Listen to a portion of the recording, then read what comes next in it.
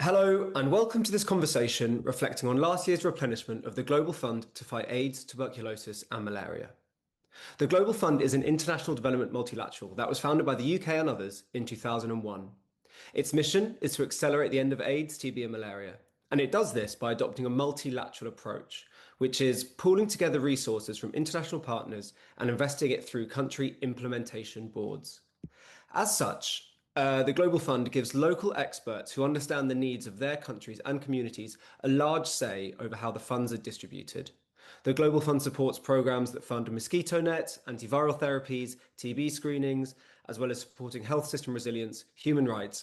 By pooling global resources, the Global Fund has saved tens of millions of lives and has slashed death rates from these three diseases by more than half in the countries where it invests. It is a testament to what humanity can achieve when we choose collaboration over conflict. The Global Fund works on a replenishment model. But what do we mean when we talk about replenishment? A word you'll hear quite a lot over the next 30 minutes. Replenishments are like a subscription service. Every few years, big international development multilaterals will collect subscriptions from governments that sponsor their work.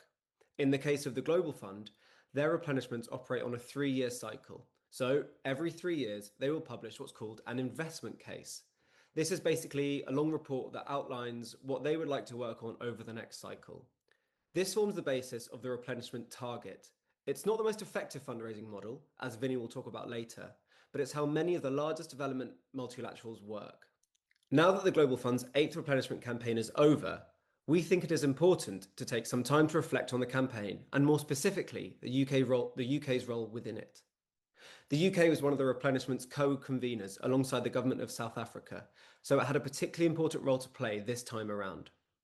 So, to discuss this all in a lot more detail, I'm joined by the entire Results UK TB team who worked on this campaign last year. With me are Aksa Shah, Results TB Parliamentary Officer, Sahira Ramzan, Results Policy Manager, and Vinny Wooding, our Parliamentary Team Manager. Aksa, we're going to go to you first. Can you tell us about how the replenishment process went last year? Thanks, Will. To understand the 8th Global Fund replenishment, it helps to step back and look at how the process works. Will, you started by saying that each replenishment covers a 3-year funding period. The 7th replenishment was launched in 2022, covering 2023 to 2025, and then the 8th replenishment was launched in 2025 and will cover 2026 through to 2028. As well as being fundraising exercises, these replenishments are also political and advocacy moments. Governments, civil society, and multilateral partners all use the process to set priorities for global health over the next 3 years. The UK has historically been one of the biggest contributors, and as you said, Will, for this replenishment, it was a co-convener alongside South Africa. That put the UK in a particularly visible leadership position, a role that civil society was very eager to engage with in order to influence priorities and funding outcomes. Getting to the replenishment moment in November last year was the result of months of work, technical briefings, consultations, advocacy, and building political support. Civil society and parliamentary engagement are critical in shaping the UK's approach and ensuring the process reflects the needs of communities affected by HIV, TB, and malaria across the globe. Civil society organisations like Results UK have been involved in the Global Fund process for decades, providing evidence, technical expertise, and connecting the fund's work to the communities it supports. For the 8th replenishment, our work was closely connected with parliamentary engagement. We briefed MPs and peers, organised our work to amplify that of the Global Fund, and used the all-party parliamentary group on global tuberculosis, which we provide the Secretariat for, to highlight key issues. At the same time, we collaborated with the Global Fund and the UK government to coordinate advocacy efforts. Thanks, Aksa. Can you give examples of that coordination, please? Well, we helped convene events that brought stakeholders together. We mobilised parliamentary support for the Global Fund in the form of briefings, roundtable discussions, letters, parliamentary questions, and even an in-person meeting in Geneva. Without civil society driving these activities, there would have been very little structured engagement between Parliament and the Global Fund. One theme that kept emerging for us was the feeling that civil society was often treated as an add-on rather than embedded in the strategy from the start. The October 2025 London convening is a good example. That event had been in planning for months as a moment to bring together donors, supporters, philanthropists, and parliamentarians ahead of the November replenishment. Civil society had actually been pushing for a broader London moment for some time, but we weren't included in the planning and were largely kept out of the loop. We were only contacted at the beginning of October, about 2 weeks before the event, and asked to nominate a single CSO speaker for a 3-minute speaking slot. It was positive that civil society was included and that our CEO, Kitty, ended up being the person speaking on behalf of all CSOs, which was a strong and visible moment for civil society. But the timing made it feel like civil society was added at the end of a process rather than built into it. If there had been a shared strategy from the outset, organisations would have known their roles in advance and could have worked together to strengthen the moment collectively instead of competing for limited space. So it sounds like there was a recognition of civil society's value, but structurally it wasn't integrated early enough. Did that same dynamic show up in Parliament? Yeah, it did. And that's where it became really visible because that same add-on dynamic really did show up in parliamentary engagement. The Global Fund was keen to hold parliamentary events, but outreach to new MPs often relied on APPGs and civil society contacts rather than being driven directly. In practice, that meant we were often speaking to parliamentarians who were already supportive and likely to be in the room, if scheduling allowed for it, instead of expanding the circle and bringing in new champions. A more proactive outreach strategy could have broadened the base of parliamentary support significantly. Results UK is a relatively small organisation compared to many of our civil society partners. Parliamentary engagement on the 8th replenishment was largely being handled by a very small team, often just me, Sahira, and Vinny, alongside our other work, including planning a delegation, domestic TB advocacy, and producing policy reports. The Global Fund, by contrast, has significant institutional capacity and dedicated teams. With more direct outreach from that side alongside civil society efforts, parliamentary engagement could have reached a much wider audience. Civil society works best as a multiplier, but it can't substitute for institutional outreach at scale. So a lot of the practical coordination landed on civil society's shoulders. Exactly, but I think the system relied too much on informal effort and last minute coordination, which created an environment where civil society was constantly reacting instead of being able to plan strategically, which limited the ability to embed advocacy into a shared approach. As a result, there were missed opportunities to expand parliamentary engagement and make the process as inclusive and impactful as it could have been. And I think that's a missed opportunity. When civil society is genuinely embedded from the beginning, it improves accountability, ensures funding priorities reflect real on the ground needs, and ultimately strengthens the Global Fund's political case. What's striking is that many of these challenges weren't new. After the 7th replenishment, civil society networks and independent reviews emphasised the importance of early planning, structured multi stakeholder engagement, and clear communication. Those lessons were known going into this cycle. If those lessons were already known, why did engagement still end up being reactive rather than strategic? Civil society often had to create its own coordination spaces. Key timelines weren't always shared early. Communication tools arrived late, and partnerships existed, but they weren't embedded into a shared plan that allowed the government, Global Fund, and civil society to operate as a single ecosystem. That matters because replenishments are moments where influence compounds. The earlier and more structured the engagement, the more ambitious the outcome can be. When engagement is last minute or fragmented, the system still functions, but it never reaches its full potential. And that's really the story of how we've arrived at the replenishment moment.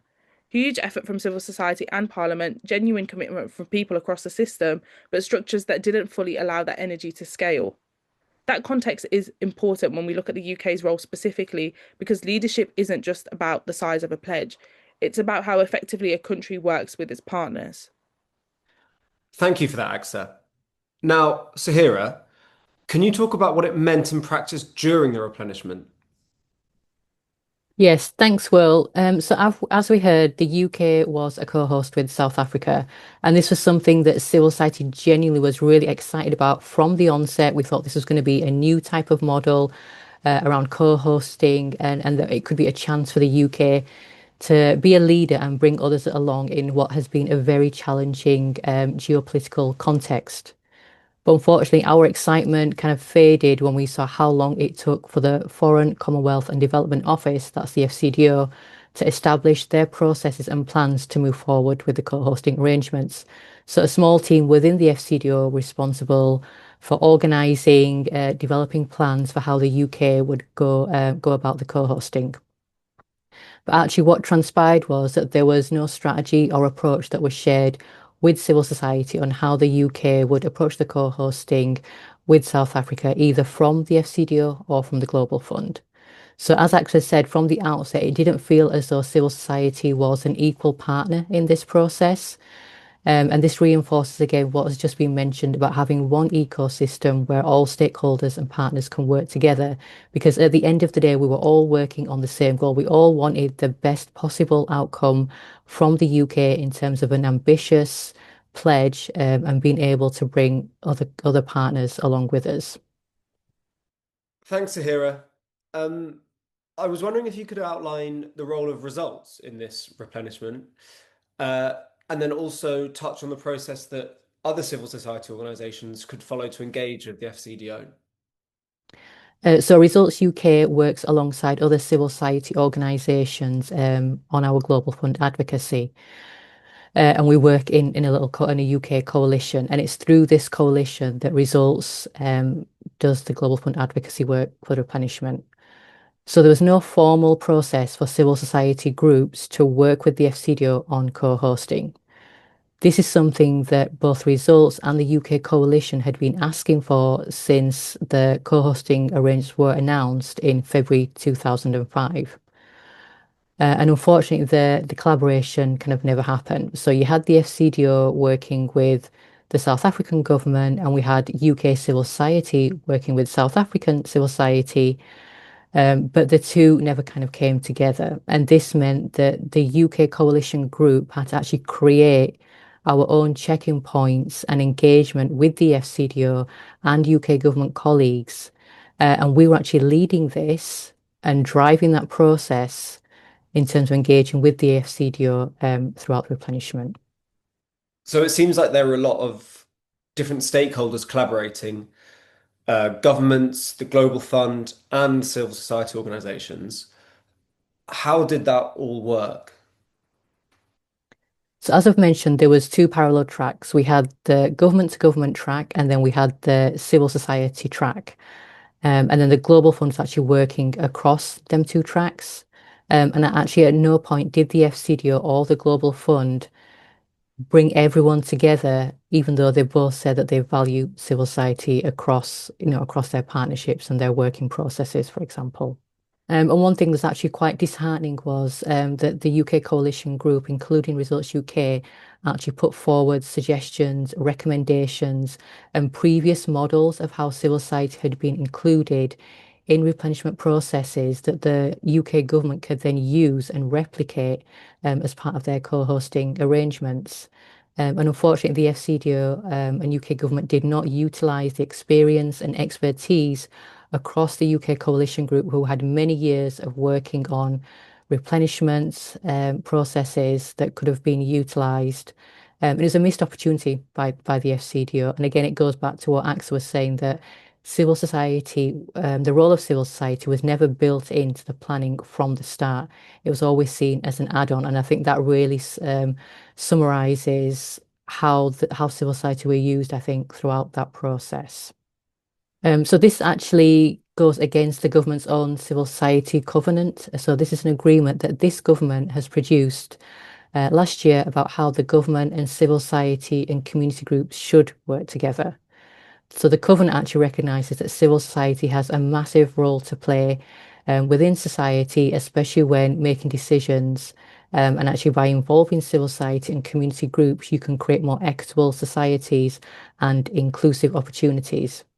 And as part of that government, the UK government has promised to treat civil society and community groups with respect and work with them as partners, which then obviously promotes better transparency and opportunities for participation. That all sounds great in theory, but the reality is obviously UK governments and FCDO are obviously very pushed for time. They have quite a high workload, which we understand. But when you're doing a process such as the replenishment process and you're on the world stage and you have a leadership role to take, it's important that you then work with civil society and all the groups in order to make it successful as possible. And also, this is an area where I think the FCDO needs to do better in terms of engaging civil society. and also to be kind of cognizant of our role and the expertise that we bring from a community perspective and the networks that civil society has, not just in the UK, but across the world. So across the UK coalition, all our individual organisations have networks globally, which can then feed into the process, and it could have really supported the FCDO in the work that they were doing. But obviously that didn't happen. And as civil society, we have to hold our government to account on the global commitments that they are part of, and also continue to fight for the inclusion of civil society where decisions are being made that affect us all. And obviously, we'd be happy to engage in dialogue with the FCDO teams to help them kind of plan better ways of how they can engage with civil society and implement the principles within the covenant in their future work. Thank you for that, Sahira. So, with all that in the build-up to the replenishment, what was the outcome of the UK pledge? Yeah, thanks, Will. So the UK pledged £850 million to the Global Fund replenishment. So this was a 15% reduction on what we gave back in 2022. So as civil society, our advocacy had been pushing for the £1 billion maintenance, which is what we gave in the last replenishment. Unfortunately, that didn't happen, and as a consequence, there's also going to be major ramifications from that, of which we can kind of talk about later on. But since 2020, the UK has actually cut its overall contribution to the Global Fund by 45%, which is a massive amount. And again, results obviously previously put out a statement in response to the article, which people can read on the website. Another point to note around the UK pledge was that they actually pledged early. So obviously we were expecting that the UK would pledge at the final summit, being the co-host. That is usually the protocol and kind of what happens, and I think had been agreed with the Global Fund ahead of time. So the UK actually pledged in November, so the 11th of November, which was 10 days before the final replenishment summit. And at results, we believe that this was a poorly advised move because it diminished the UK's ability to persuade and influence other donor countries to leverage an ambitious pledge. It was also the first time in Global Fund history that a host country had reduced their pledge. And again, this kind of tarnishes the UK's reputation as a leader within the global health space. Obviously, we understand that the political landscape around meant that with reduced ODA budgets, it was obviously very difficult for the UK to kind of give what we thought they should have done. But I think it was evident when the Prime Minister announced the cuts to the ODA budget in February 2025 in favour of increasing spending for defence, that actually that signalled that the UK wasn't being a leader within global health. It didn't prioritise global health, and it just sent the wrong message to other donor countries that the UK was almost kind of stepping back from their global responsibilities around reducing HIV, tuberculosis, and malaria. Okay, and what would be the impact of that decision? So these political decisions that have been taken by this government now means that there are fewer funds to combat global poverty.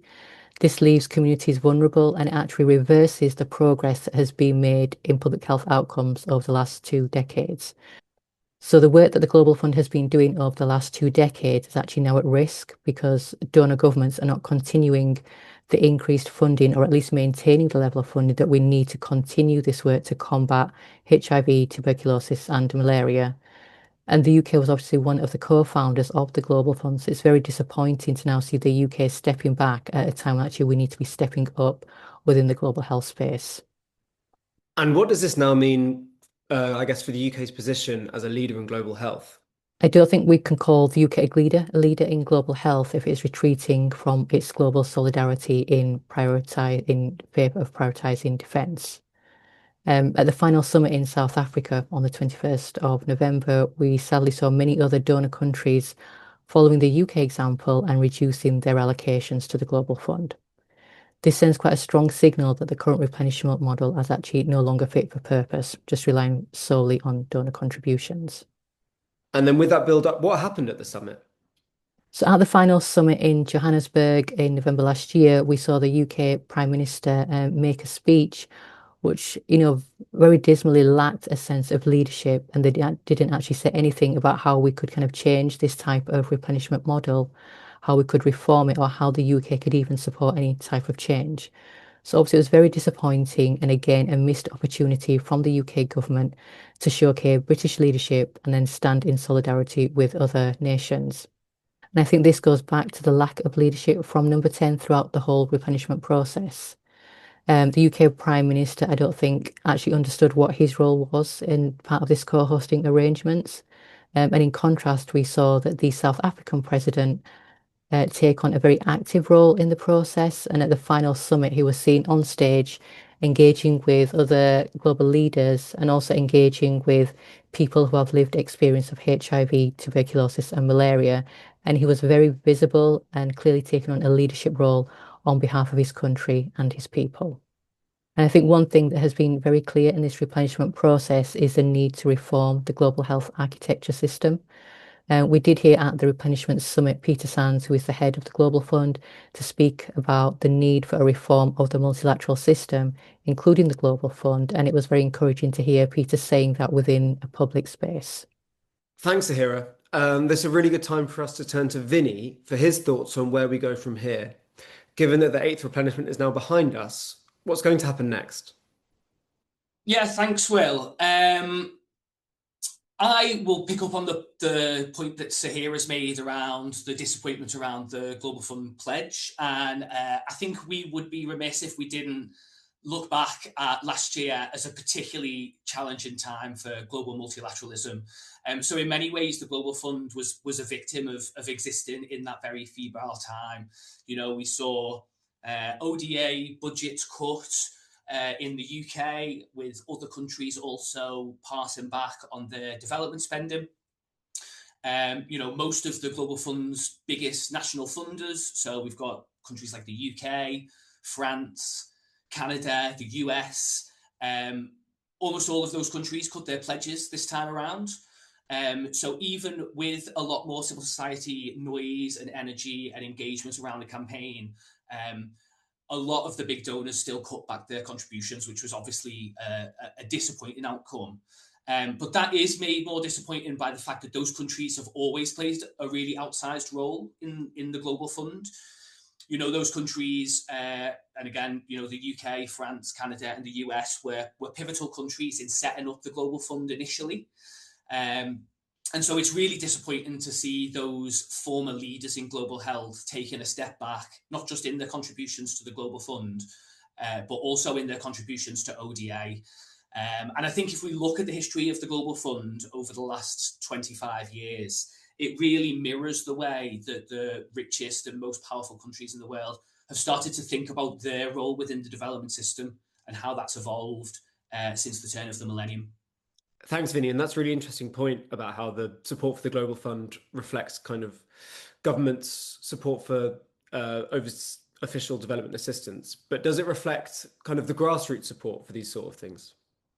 No, I don't. No, I don't think it does, because I think it remains true that the Global Fund retains really high levels of political and civil society support in the high income countries that it works with.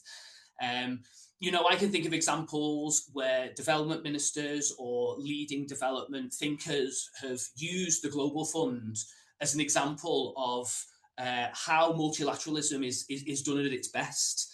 You know, the Global Fund board in particular is often praised as a really effective example because it has different constituencies which represent the different arms of the Global Fund. So there's a constituency for high income countries, for countries that are in receipt of the Global Fund's funding. So it gives a much more democratic board and allows for a much more effective kind of level of multilateralism to occur at that level. I think the problem that the Global Fund suffers from is that if you then step outside Parliament, or if you step outside many of the development organisations that operate in high-income countries, I think you will struggle to find people who know what the Global Fund is or what the Global Fund does. And I mean, we feel this in particular within the TB space because there's still a lot of confusion around TB and the role of TB in the year 2026. So in some respects, it doesn't come as a surprise. But if you think about the popularity of some other development multilaterals, It's disappointing that we don't think about the Global Fund in that same sort of language.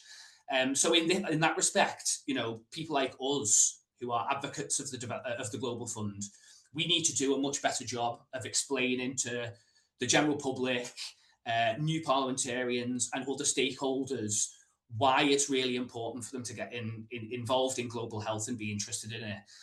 And I think this touches on a broader point that we're facing. And again, it's linked with the kind of crisis that we have in multilateralism. Not enough people, particularly in high-income countries, really understand or appreciate how important the development system is and how vital the development system is to securing positive social and economic outcomes for every single person on the planet. This is particularly true within the context of global health security. And we've only seen, in the course of the last 6 years, how a fragmented global health system can cause really significant problems for people anywhere on the globe. Even with that in mind, the UK government over the last 2 years have been cutting back on the development budget and on ODA with relative ease, which we are obviously incredibly disappointed by, especially when it is so closely linked to an uplift in defence spending. It's not an acceptable situation for us. The work of international development is far too important to just be used as a political football. And so I think one of the things that we need to do moving forward is make a more convincing argument to the everyday person in the high-income country that investment in international development is as important for us in the UK as it is for people abroad. So if part of the role of organisations like Results UK is better telling the story of the role of multilateralism and how it can kind of bring poverty eradication, those parliamentarians that we're trying to tell the story to, what is their role in influencing the government? Yeah, they obviously have a really significant role to play. And over the course of the replenishment campaign last year, we worked with MPs from across Parliament, from across different parties, to try and secure positive outcome and positive advocacy towards the Global Fund. And we were really pleased that many were really receptive, which is always good. And we're always looking for more advocates in the global health space. One of the problems that we continue to face is that, and again, it's linked to my previous point around public perceptions, is that even parliamentarians themselves didn't really understand fully the work of the Global Fund or what it was established to do in the first place. So this was particularly difficult, especially this time around, because obviously we only had a general election last year. Was a significant turnover in Parliament. So we were dealing with a lot of new parliamentarians who had never been exposed to the Global Fund before, or in many cases had even been exposed to international development issues or public health issues. So whilst it's easy for us as development advocates and, our fantastic Results grassroots volunteers to passionately advocate the work of the Global Fund, we've got to do a better job as well at kind of convincing parliamentarians and teaching parliamentarians about the work of multilaterals like this, and also more broadly, international development. Could you touch a bit more on how kind of wider global uncertainty has an impact on UK and general support for multilateralism organisations like the Global Fund?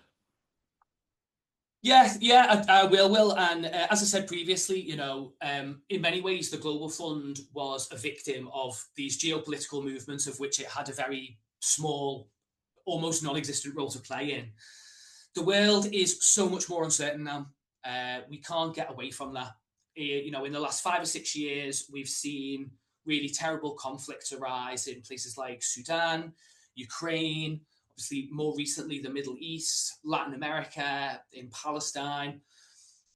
We're unfortunately in a situation where nearly every single continent on the planet has been touched by conflict and violence.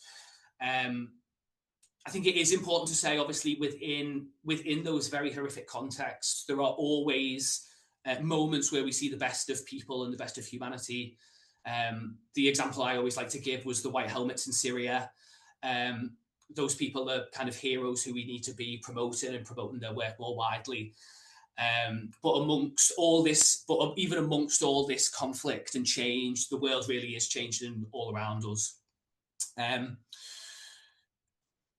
think, again, if I can touch back on the point about the Global Fund reflecting the change since the millennium. At the turn of the millennium, obviously, the world was a completely different place. There was a sort of possibly a level of momentum that doesn't exist so much anymore. The Global Fund was a product of that. Right at the beginning of the millennium, we had the Millennium Development Goals. The Global Fund was set up. There was a real significant movement by rich countries to get involved very actively in the development space in a very multilateral way, obviously moving away from more bilateral, where one country gives specifically to another country, towards these more multilateral endeavours. 26 years later, we're finding ourselves very much in the opposite situation. Many of the big countries that used to be the most reliable and significant donors in this space are retreating and are pursuing more isolationist policies. Even just in the last 2 years, the UK's development budget cut. We've also seen really, really significant development cuts in America, which have led to huge swathes of programs being cancelled across the world and people becoming almost unemployed overnight. I don't think it's hyperbole to say that the cancellation of these programs has cost lives and will cost lives moving forward. And so as we move forward, we need to really kind of take a look at this multilateral space, this development space, and make sure it has the energy it requires to be able to sufficiently tackle the challenges that the globe has moving forward. And I think a very significant part of that is how they fund themselves, is looking at a kind of whole-scale reform of global health financing, global health systems, global health architecture, and probably international development more generally. I think from my perspective, I think that the replenishment model has maybe kind of reached the end of its useful life. And a kind of system that might have worked for the past 25 years is really losing its relevance. I don't think it really has the capability or the flexibility to be able to really respond to the challenges of the modern day. And as Sahira touched on, this isn't a new position. After the 7th replenishment in 2022, a number of organisations, including Results, really led the call for a new approach to kind of collectively funding global development outcomes. And I think the legacy of the last 3 years is that we have absolutely been vindicated in that call.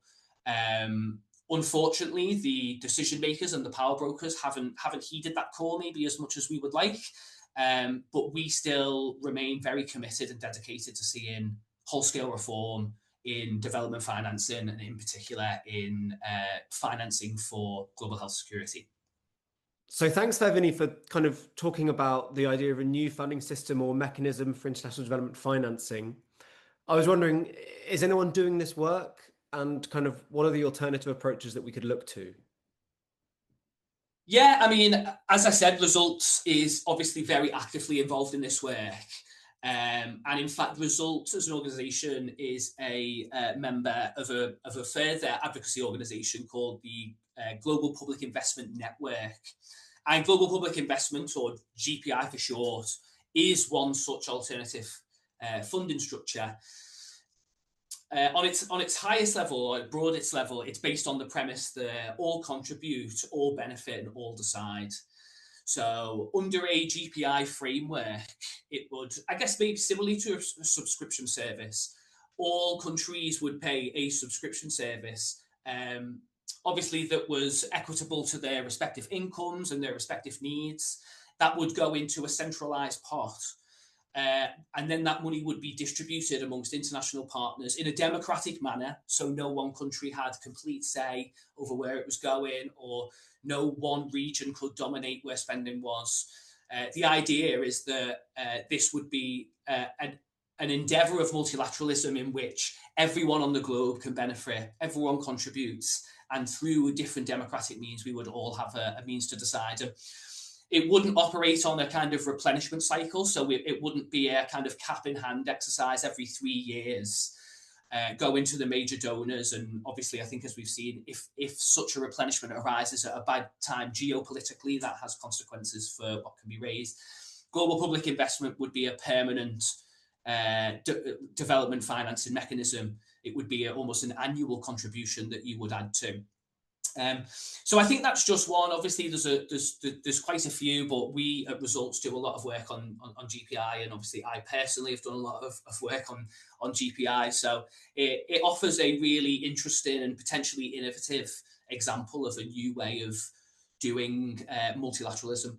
And again, particularly important to hammer the point home that there is a $4 trillion funding gap in development outcomes collectively. The only way we're going to solve that is with a new approach to development funding. We do not have the capacity to be able to do that with the ODA system, and we need something much more effective, much more innovative, and much more democratic and fair to the global population. Thank you, Vinny, and thank you all so much for that really insightful reflection. It's clear to see that changes are needed to the multilateral approach to ensure that the best development outcomes are reached. I guess some of the key points to take away are the need to engage civil society from the start as a key partner, to ensure multilateral funding isn't predicated on global stability, and also to look at new ways to approach tackling global development challenges in general. To finish, briefly, please could you give one recommendation of how you'd like the future funding models for organisations like the Global Fund to look like in the future? Axel, I'll start with you, and then Sahira, and then Vinny, please. Thanks, Will. My recommendation would be a greater emphasis from global health institutions like the Global Fund on presenting global health alongside international development, especially when engaging with parliamentarians, because the two areas are so deeply interconnected that when you frame them as part of the same strategic agenda, you can showcase the broader value and impact of investment in both. Positioning global health within the wider international development context also supports a more coherent narrative about the UK's role globally and highlights how health outcomes, economic development, stability, and security are mutually reinforcing. Fantastic. Thanks, Axel. And now, Sahira? Thanks, Will. Yes, so my recommendation would be for the UK government to have a formal structure where civil society and communities can actually participate and engage within government processes, and to implement the principles of the Civil Society Covenant to make sure that civil society are actually equal partners, whether that's a replenishment process or a consultation for a policy, for example. It doesn't matter what the actual objective is, but the role of civil society and communities needs to be treated and respected as an equal partner. Otherwise, we're never going to get the outcomes that we need for society, and we will lose equity and transparency. And again, we'll again have to be challenging the government on their own procedures. Perfect. Thank you, Sahira. And finally, Vinny. My recommendation is get rid of the replenishment model altogether. The most extreme recommendation. We need to, as I say, if we're in this same situation in 3 years' time, we will have failed, because we cannot go into the next replenishment business as usual. We need to look at the whole financing framework again. And as I've said over the course of my contributions, I think that the replenishment model has outlived its usefulness, and the Global Fund can help lead conversations on what a new, innovative financial framework for global development and global health security can look like. Nice. What a great, bold way to finish. Thanks everyone for watching. And if you'd like to learn more about Results, head to our website where you can read our blogs, look at our policy reports, and also, if you're interested about using your voice to speak up for ending global poverty, you can find out how to become a campaigner with Results. Thank you all so much. Bye-bye.